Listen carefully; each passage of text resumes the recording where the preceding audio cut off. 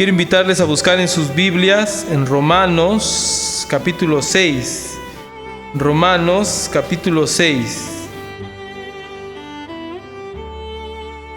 Estamos mirando, queridos hermanos, el efecto del Evangelio en nosotros. Al considerarnos miembros de un cuerpo, de un grupo, nosotros tenemos que empezar, como hemos dicho, diciendo que para ser miembros de una iglesia, el primer requisito siempre será ser creyente. Y anhelamos que más que en una lista, uno esté en los brazos del Señor como salvo. No vaya a ser que uno llegue a la eternidad sin ser salvo y diga, pero yo estaba en la lista, yo era miembro de la Iglesia Bautista de la Esperanza. Sí, pero no eras creyente. Pastor, ¿cómo puede ser eso posible? Bueno, Jesús dijo, muchos me dirán en aquel día, Señor, en tu nombre hicimos esto, aquello.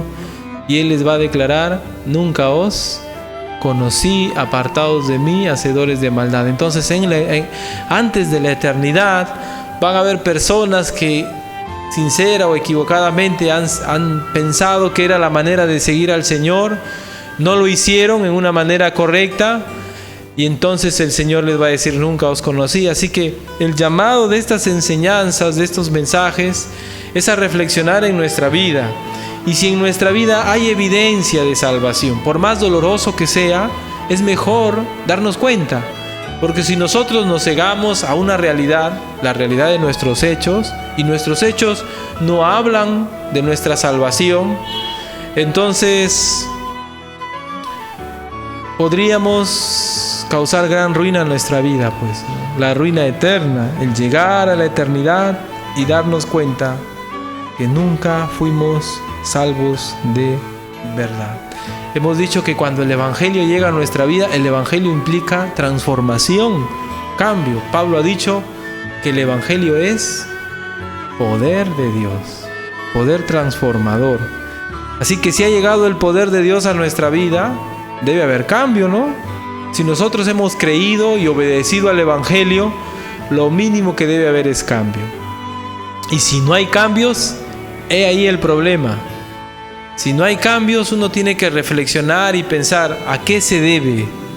¿A qué se debe? Si yo profeso salvación, si yo profeso que he creído en Jesús, si yo profeso que me he arrepentido, precisamente porque no hay cambios. Y uno de los cambios que vamos a notar debe ser, valga la redundancia, notorio, evidente en la vida de los creyentes, es la batalla contra el pecado.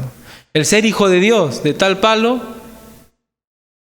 tal astilla, ¿verdad? Jesús les dice a los líderes religiosos, les dice, vosotros sois de vuestro padre el diablo, y de tal palo, tal astilla, y los deseos de tu padre quieres hacer. ¿Cómo conozco que eres hijo del diablo? Les dice, por los deseos, por la forma como quieres vivir. Él dice que todo aquel que cree en el Hijo tiene vida eterna, ha nacido de nuevo, llega a ser hijo de Dios, y tiene la simiente de Dios en él y no puede pecar, no practica el pecado. La batalla de aquel que se ha convertido, la evidencia más notoria de aquel que se ha convertido a Cristo, siempre debe ser la batalla contra el pecado. Y uno puede ir mirando textos y textos y uno va a notar que siempre terminamos en el mismo punto: dejar la vida antigua, dejar la vida pecaminosa, dejar la vida mundana, batallar contra el pecado. Nuestra vida tiene que ser una continua batalla contra el pecado. Miren Romanos capítulo 6. Hemos muerto al pecado cuando nosotros hemos creído en Jesús. Hemos muerto al pecado cuando nosotros hemos creído en Jesús. Noten lo que dice Romanos 6, del 1 en adelante. Y aunque suena medio como trabalenguas o medio confuso, lo que podemos entender es que hemos muerto al pecado. En el capítulo 5, Pablo ha estado planteando la idea de que como hay harta misericordia, harta gracia de Dios, y la gracia de Dios puede perdonar cualquier pecado, y mientras más pecados haya, hay más gracia de Dios, ¿no? Entonces él dice en el capítulo 6, pecaremos pues para que la gracia abunde. Por eso dice esa pregunta, porque él acababa de decir en el capítulo 5 que mientras más cantidad de pecados, hay más gracia para poder perdonarlos, pues, ¿no? Porque Dios puede perdonar todo pecado y la cantidad de pecado que sea, ¿no? En estos días vemos está de moda en Argentina el aborto, ¿verdad? Digo, está de moda, lamentablemente. Pero Dios puede perdonar eso. Dios puede perdonar a esos que están detrás de toda esta movida, porque es una movida económica tremenda. Tremendos asesinatos. Miraba un reporte que en un año mueren 70 millones de niños, dice, abortados, ¿no? Está impactado yo con eso. Estamos preocupados por el COVID, eso, pero la mayoría muere de otra manera. Queridos hermanos, Dios puede perdonar cualquier cosa. Entonces Pablo dice, entonces si mientras más peco, más Dios me perdona, más puede perdonar. Entonces, mientras más pecados haya, más gloria se ve, más glorificado se ve Dios, porque más grande es su perdón, pues dice él, ¿no? Entonces plantea la pregunta, ¿pecaremos pues para que la gracia abunde? Claro, ¿no? Es cierto, si pecamos mucho, va a haber gracia, Dios nos va a perdonar. Pero ¿cuál es el problema? Dice Pablo. ¿Por qué no puede pasar eso? No porque no haya gracia, sino ¿por qué? Versículo 2. En ninguna manera. ¿Por qué? ¿Porque no hay gracia para perdonar cualquier pecado? No. Los que hemos muerto al pecado, ¿cómo viviremos aún en él? Es decir, aquel que se ha arrepentido, cuando ha llegado el Evangelio a tu vida, uno literalmente ha muerto al pecado. ¿Qué significa eso? Que nosotros ya no estamos bajo ese control, nosotros podemos tener victoria. La batalla contra el pecado. ¿Cómo viviremos aún en él? Versículo 3. ¿O no sabéis que todos los que hemos sido bautizados en Cristo Jesús, hemos sido bautizados en su muerte? Versículo 4. Porque somos sepultados juntamente con él para muerte como por el bautismo, a fin de que como Cristo resucitó de los muertos por la gloria del Padre, así también nosotros andemos en vida nueva. Dice que aquí lo que le pasa al creyente cuando él se arrepiente, lo que le pasa a una persona cuando se entrega a Jesucristo en arrepentimiento y fe, es espiritualmente lo que le pasó a Cristo físicamente. ¿Qué pasó con Cristo? Murió, fue sepultado y eso es lo que pasa a nosotros, espiritualmente hablando. Morimos al pecado, somos sepultados y nuestra vida antigua ahora debe ser diferente, nuestra vida nueva. Andemos en novedad de vida, una vida diferente, una vida distinta. Creo que les he contado esta ilustración de Agustín. San Agustín era un pecadorazo, dice la ilustración, y él frecuentaba mucho los prostíbulos cuando era antes de convertirse, pero una vez escuchó el evangelio y se arrepintió. Y como él frecuentaba los prostíbulos, las damas que ahí trabajan le conocían a él muy bien. Así que él evitaba pasar por esa calle, evitaba pasar por ese lugar, pero una vez él ya no lo pudo evitar, o sea, tenía que pasar por ese lugar sin darse cuenta, creo que era la ilustración, y él empezó a caminar y al darse cuenta ya estaba casi pasando por ese lugar, y una dama salió y le dijo, ¡Agustín! Él se pasó a la otra calle y hizo como que no la conocía, ¿no? Y avanzó más allá. ¡Agustín! Le gritaba la dama. Y él caminaba más rápido y se alejaba más. ¡Agustín, soy yo!, le dijo ella. Y él le dijo, sí, pero yo ya no soy yo. Bonita ilustración, ¿verdad? Que nos recuerda pues que debemos andar en novedad de vida. ¿Y a qué se refiere esa novedad de vida? ¿Nuevo look? Puede ser, ¿no? Una vida que batalla contra el pecado. Una vida que batalla contra el pecado. Y vaya que nosotros los creyentes tenemos problemas precisamente porque no entendemos eso.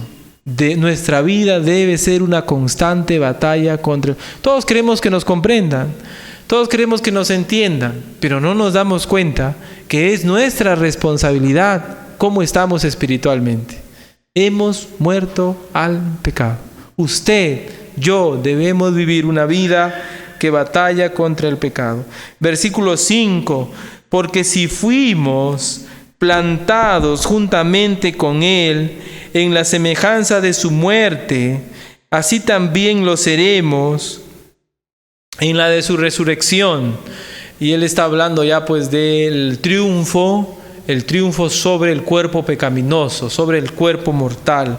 La resurrección es el triunfo que nos hace Dios a través de Jesucristo sobre el cuerpo de muerte.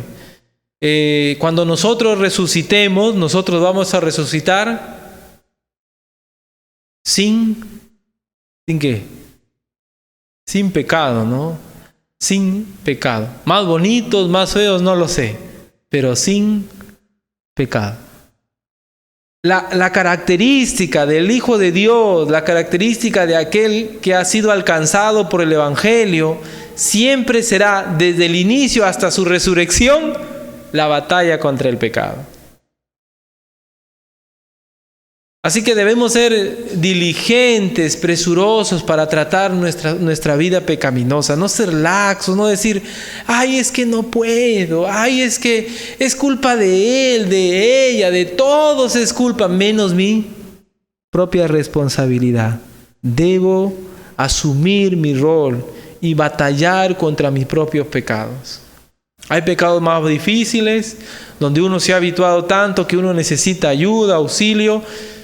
Tenemos que buscar la ayuda porque es mi responsabilidad. Tenemos que buscar auxilio porque es mi responsabilidad.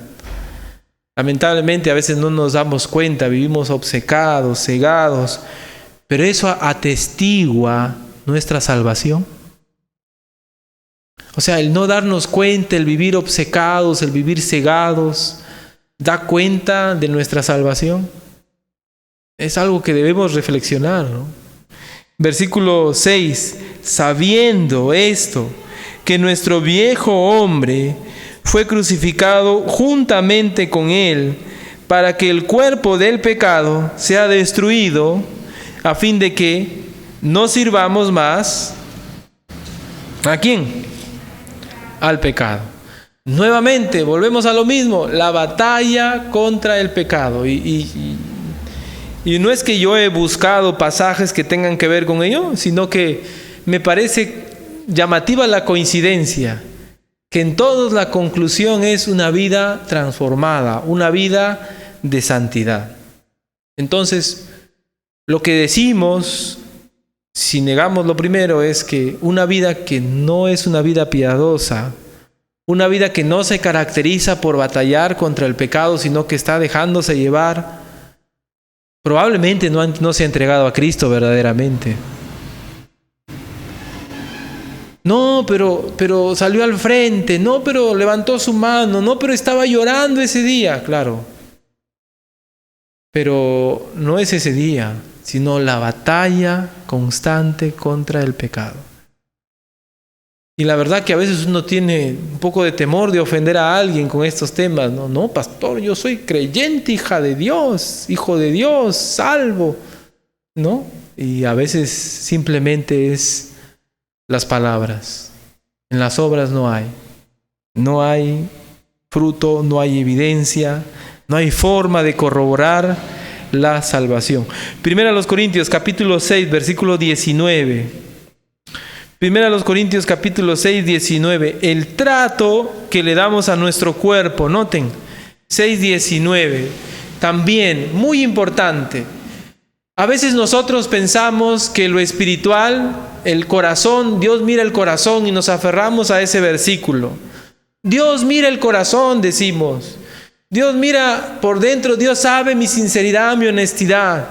Pero este pasaje nos dice que el cuerpo también es importante. ¿Qué dice? Corintios 6, 19 y 20.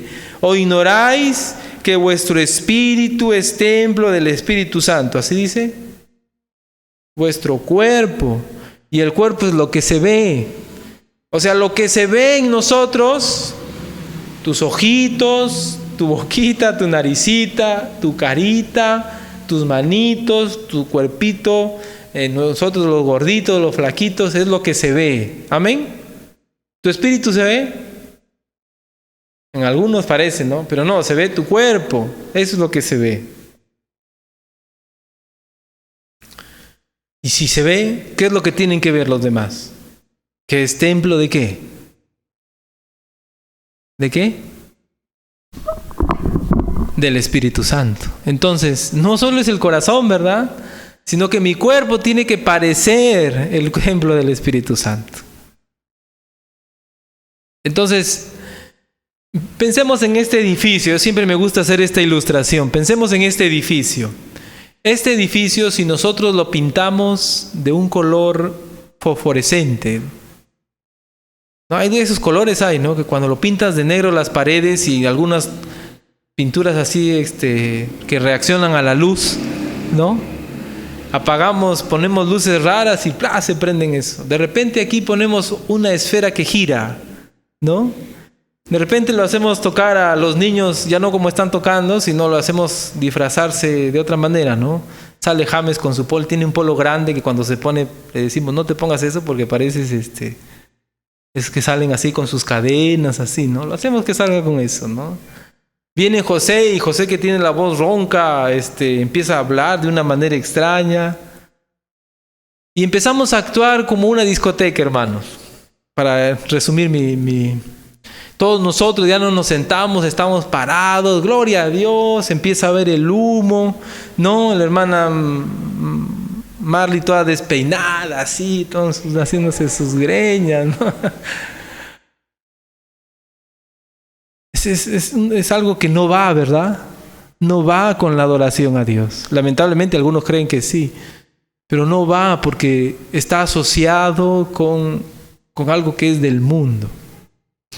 Igual es nuestro cuerpo. Cuando nosotros somos creyentes, tenemos que entender que nuestro cuerpo debe mostrar que es templo del Espíritu Santo. Entonces, eso no podemos decir, no es espiritual, claro, pero tenemos que evidenciarlo. Y la única manera de evidenciar nuestro cuerpo, que es templo del Espíritu Santo, es por el uso que le damos. Por ejemplo, en el contexto del versículo 19 y 20 es huir de la fornicación. El uso que le estaban dando los corintios a su cuerpo era deshonroso, iba en contra de la voluntad de Dios. No hacía que su cuerpo se muestre como templo del Espíritu Santo. Entonces, si nosotros vivimos una vida pecaminosa, no estamos haciendo que nuestro cuerpo se vea, o sea, como lo que es el templo del Espíritu Santo. Por lo tanto, nuevamente volvemos a lo mismo. La evidencia más notoria, la evidencia más llamativa de un creyente, de un hijo de Dios, es que está batallando en cuerpo y alma contra el pecado.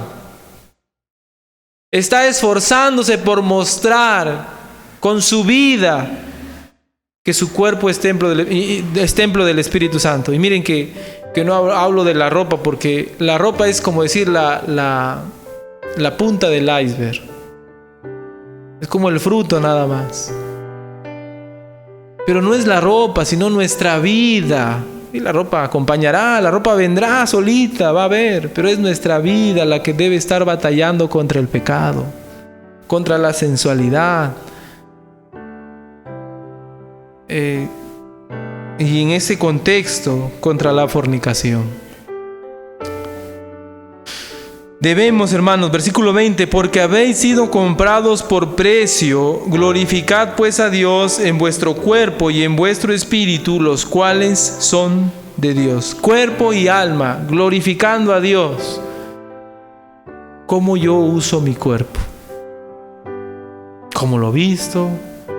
¿Cómo lo ando? ¿En qué estoy metido? y todo ello. Las obras de la carne, manifiestas son las obras de la carne, que tienen que ver con el uso del cuerpo: adulterio, fornicación, enemistades, pleitos, celos, iras, contiendas, disensiones, herejías, más cosas, ¿no?, que tienen que ver con el uso del cuerpo. Efesios capítulo 1, versículos 13 y 14.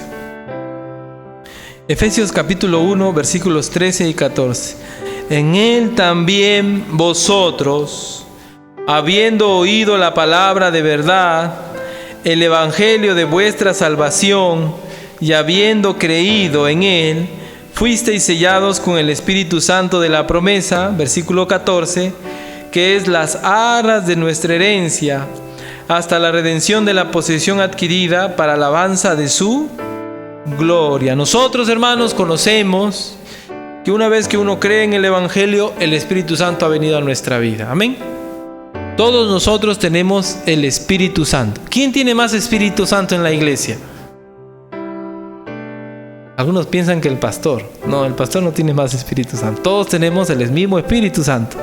Dios dice que Él nos da su Espíritu por medida. A todos nos da igual. Es decir, ¿de qué depende? De cómo nosotros le permitimos obrar en nuestra vida. Y la única manera, obedecer su palabra.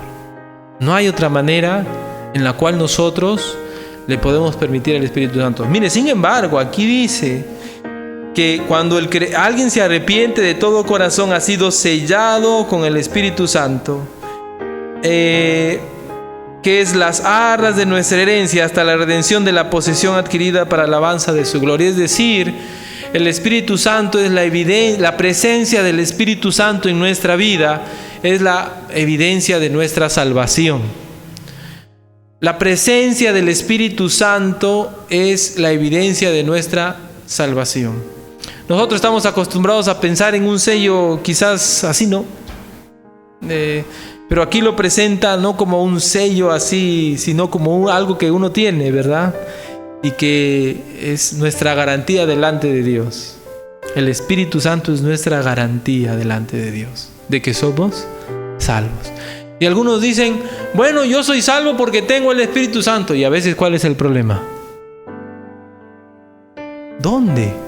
No se ve. Lo que se ve a veces que nos gobierna es nuestra carne. No se ve el Espíritu Santo. Pero yo tengo tal don, yo tengo esto, yo soy aquello. Pero no se ve por el carácter, nuestra vida no refleja. Debemos, hermanos, reflexionar en nuestra salvación. Hay cosas tan poderosas que han pasado cuando uno se ha arrepentido, que cuando alguien dice yo soy salvo, pero no hay hechos, acciones que lo acompañen, debemos dudar. Debemos cuestionar esa salvación en nuestros hijos, entre nosotros mismos, en nuestra propia vida, juzgar nuestra vida que está en nuestros ojos, darnos cuenta primeramente y reflexionar, porque al final la bendición o el daño lo vamos a llevar nosotros. Gracias te damos, Señor, por este día. Gracias por tu misericordia en nuestras vidas. Gracias por la presencia de los hermanos aquí y también vía manera virtual. Señor, ayúdanos a crecer en nuestro temor a ti. Que en nuestra vida diaria, en nuestra vida cotidiana, se vea más temor a ti que al COVID. Señor, tememos al COVID. No queremos morir, es normal. Pero debemos tenerte también más temor a ti. Y así como se debe notar este temor a este mal, también se debe notar nuestro temor a ti. Principalmente en nuestra lucha contra el pecado. ¿Qué clase de creyentes somos si todavía vivimos como si nunca nos hubiésemos arrepentido? Todavía practicamos la mentira, todavía vivimos en la fornicación, todavía, Señor, vivimos en una manera que no te agrada, robando, haciendo cosas deshonestas hacia ti, cayendo en situaciones pecaminosas en nuestro carácter. Ayúdanos, Señor, porque queremos estar convencidos de nuestra eterna salvación, Señor. Gracias te doy, Señor, por este tiempo. Y si hay alguien que no te conoce, que reflexione en su vida, que se da cuenta que está condenado, ayúdale, Padre. Tú puedes, Señor, perdonar cualquier pecado cuando uno se arrepiente, cuando uno viene a ti de todo corazón creyendo en Jesús como su Señor. Gracias te doy, Padre, por este tiempo. En el nombre de Jesús nuestro Señor. Amén.